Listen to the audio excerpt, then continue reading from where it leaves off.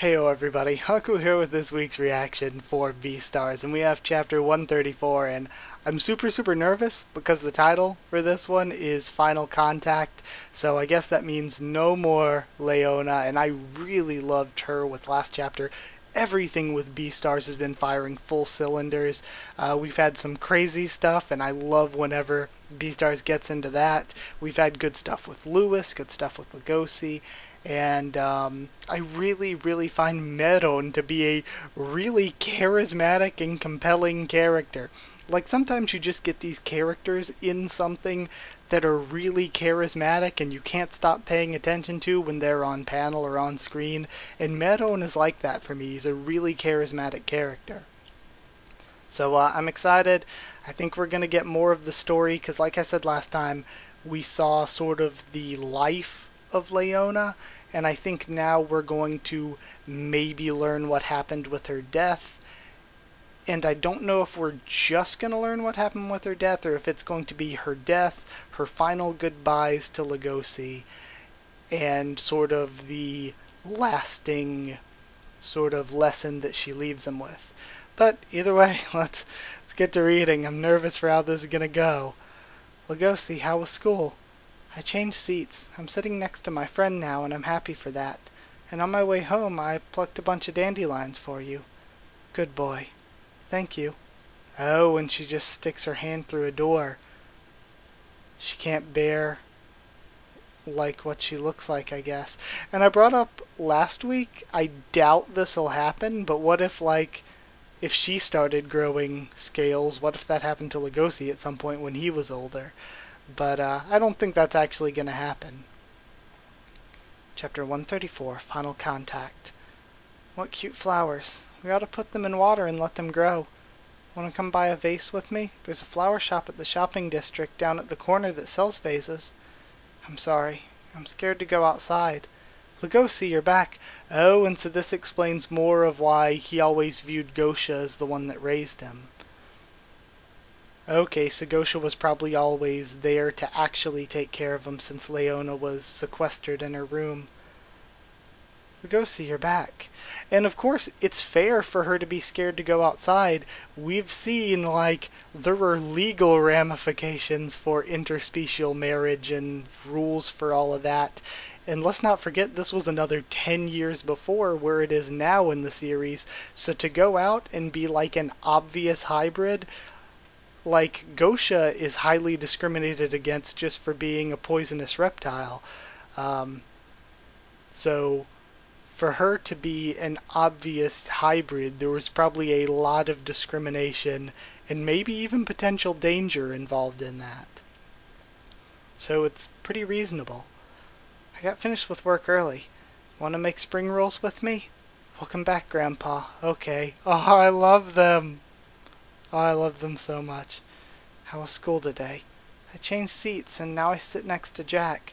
That's great. We need to invite him here again sometime.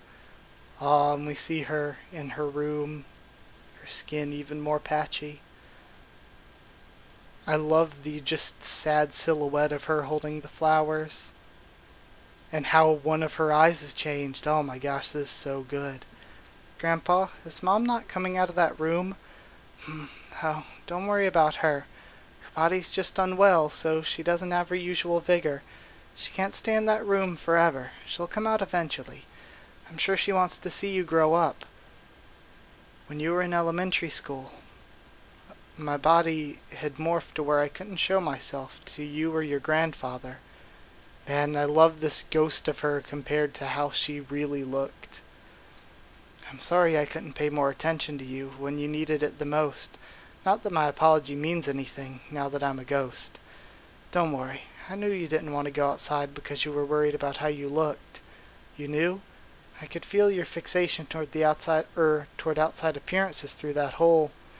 You'd hold out your hand and pat my head, then proceed to touch my face. It was like you were checking how my facial features were doing. So you knew. But that was how I expressed my love for you. I didn't want you to go through the same metamorphosis I was going through. I was checking to see if you had any scales, but as I had intended, your fur was beautiful, your body was sturdy. I had no doubt that you were going to grow up to be a normal gray wolf. It's okay now. I'm sure of it.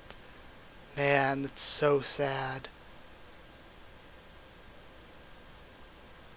When I checked that you were okay after you'd turned 12, I felt a burden lift from my shoulders.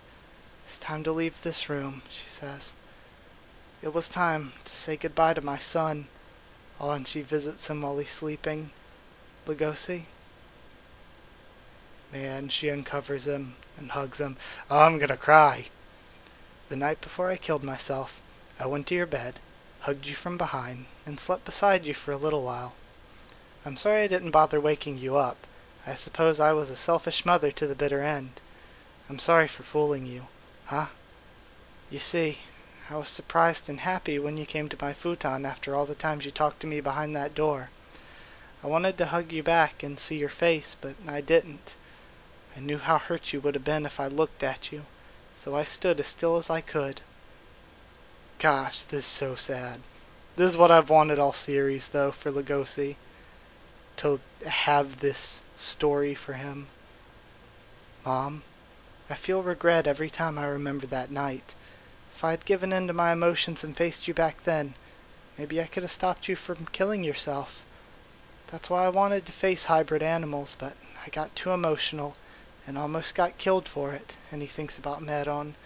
I always screw up when it matters most. I'm such an idiot. My life is full of regrets. Life is always full of regrets. Trying to make up for your regrets is how you live it. I still have many regrets in my life, but I gave birth to you. That alone makes me a winner at life.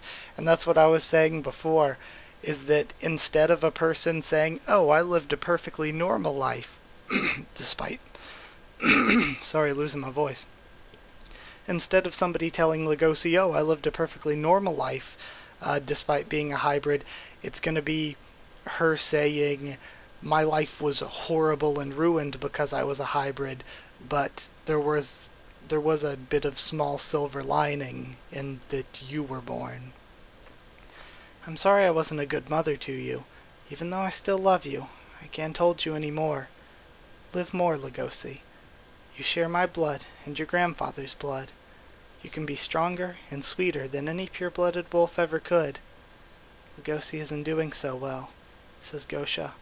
Gosha, do you hate me? Asks Yafia. No. Thank you for telling me as soon as you found him. I'm not going to fly into a blind rage or anything. That is, if Lugosi does wake up. Man, I had to hold back so hard from crying. If I was reading on my own, I probably would have cried.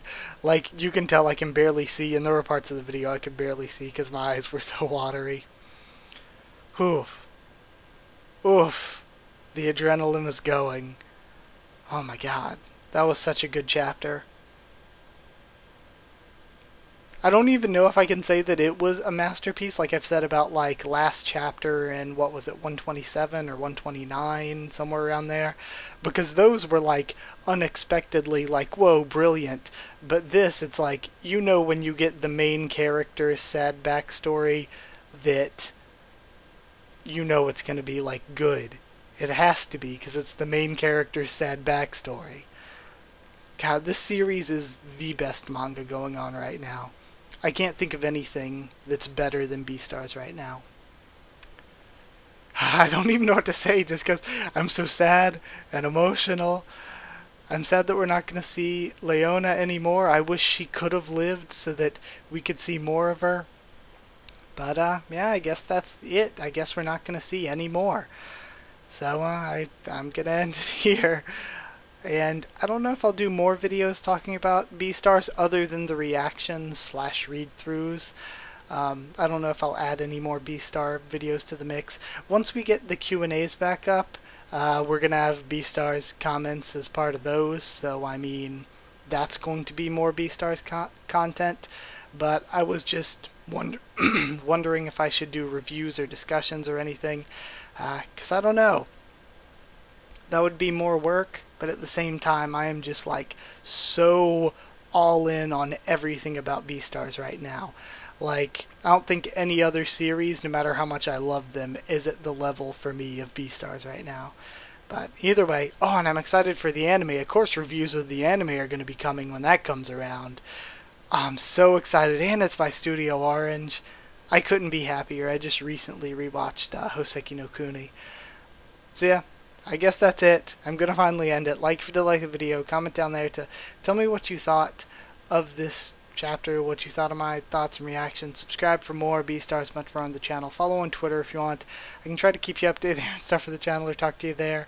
Did I say comment with your thoughts or anything? I think I did. Might have forgot that.